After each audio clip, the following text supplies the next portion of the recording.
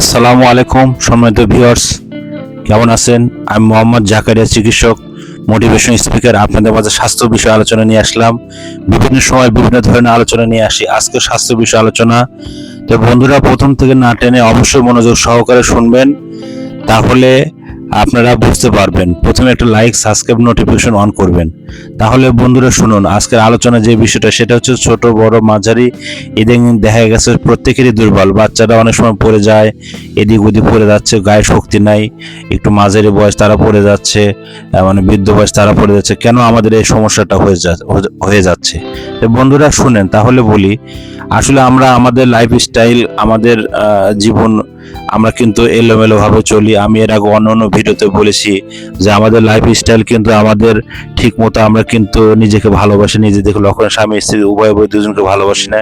তো প্রথম শিশু বাচ্চাদের ক্ষেত্রে আপনারা নিজেরা লক্ষ্য রাখবেন। শুধু চিপস বা অন্য খেয়ে কিন্তু হবে না। শিশু বাচ্চাদের ক্ষেত্রে মায়ের বুকের স্তন দুধ হচ্ছে আসল। অন্তত ছোট বাচ্চাদের ক্ষেত্রে যারা আপনার ছেলে বাচ্চা, সেগুলো আপনার ডাক্তারের পরামর্শ অনুযায়ী আপনার স্তন দুধ পান করাবেন 3 বছর, বা ছেলে হলে হয়তো 2 বছর, এভাবে চলবেন। সেটা হচ্ছে আসলের পাশাপাশি অন্যান্য খিচুড়ি বা অন্যান্য প্রোটিন টাইপের খাবার, ডিম বা অন্য, সেই ক্ষেত্রে দেখা যাবে বাচ্চার দুর্বলতা হয়ে যাবে। এবং জিঙ্ক সিরাপটা খাওয়াবেন, এই ক্ষেত্রে বাচ্চার দুর্বলতা অনেক কমে যাবে, বাচ্চা শক্তি পাবে। এবং বাচ্চা লক্ষ্য রাখবেন যে কতদিন পর কৃমির ওষুধ খেয়েছেন বা খাওয়াইছেন বা আপনার খেয়েছেন, এদিকে লক্ষ্য রাখতে হবে। এবং আর তার চাইতে আর একটু বড় চাই, যেটা স্কুল বা বিভিন্ন আপনাদের পড়াশোনা করে, সেই ক্ষেত্রে আপনাদের লক্ষ্য রাখতে হবে সে বাচ্চাকে কৃমি ওষুধ খেয়েছে কিনা। তাকে অন্তত A to Z অন্তত শাকসবজি এই টাইপের আপনার খাওয়াতে হবে। এবং কার্বোহাইড্রেট শুধু খাওয়ালে হবে না। এবং এই বয়সে বাচ্চা ছেলে মেয়েরা কিন্তু খেতে চায় না, কিন্তু খিটখিটানি দেখা যায় যে অনেক সময় গোপন অসুখ বা পিরিয়ড থাকলেও কিন্তু সাদা সাদা থাকলেও কিন্তু তারা বলে না, এই ক্ষেত্রে কিন্তু দুর্বল হয়ে যায়। তারা গা মাথা ঘুরে অনেক সময় স্কুলে কিন্তু ঠাস করে পড়ে যায়।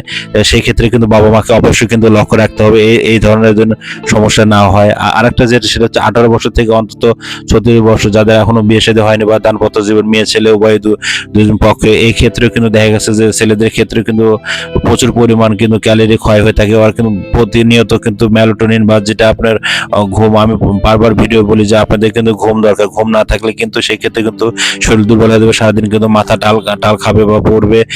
আর শাকসবজি বেশি করে খাওয়ান। আর সয়াবিন তেল হার থেকে পরিহার করুন।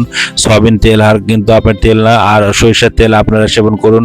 বাসায় কালো জিরা, মধু এই ধরনের কিছু রাখেন। অন্তত অন্য যেরকম লাউ এবং শাক সবজি বেশি ভিটামিনস টাইপের এই ধরনের খাবার খাওয়ালে কিন্তু শরীরটা আপনার সবল হবে, শক্তিশালী হবে।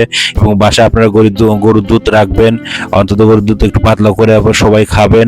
আর বেশি শাক সবজি অবশ্যই ফোকাস। এবং 30 মিনিট আপনার রোদে যাইবেন। 30 মিনিট রোদে গেলে অন্তত আপনার সানলাইট প্রয়োজন এবং কায়িক পরিশ্রম প্রয়োজন।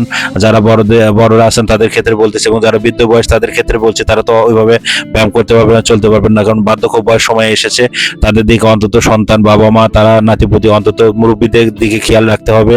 আর খেয়াল রাখলে দেখা যাবে যে তারা সুস্থ থাকবে, ভালো থাকবে। এবং তাদের দিকে খাবার, এবং বৃদ্ধ বয়স হয়ে গেছে, আমরা একদিন বৃদ্ধ হব, এবং তাদের দিকে লক্ষ্য রাখতে হবে যেন তাদের সমস্যা না হয়। অবশ্যই কিন্তু আমরা মুরব্বীদের ভালোবাসবো, কারণ আমরা একদিন মুরব্বী হয়ে যাব। তো বন্ধুরা, আমার 100 বছরের প্রতিষ্ঠান বিরাজ মেডিকেল, মরহুম বিরাজ হোসেন উনি চালু করেছেন। তারপর আমার জয়নাল আবেদিন পিতা উনি চালু করেছেন। তারপর আমার মা মোসাম্মদ জাহিদা আবেদিন, উনি এখানে মহিলা ডাক্তার হিসেবে আছেন। আমি মোহাম্মদ জাকারিয়া, চিকিৎসক হিসেবে আছি। 15 বছর এখানে যাবত আমরা করতেছি। বন্ধুরা, আমার ইউটিউব চ্যানেলে ঢুকবেন এবং বিভিন্ন রিলেটেড ভিডিও আছে, আপনারা ঢুকবেন, দেখবেন। এবং আপনারা কি রিলেটেড ভিডিও চান পরবর্তী কমেন্ট করবেন। তো সবাই ভালো থাকবেন, সুস্থ থাকবেন, সবাইকে ধন্যবাদ।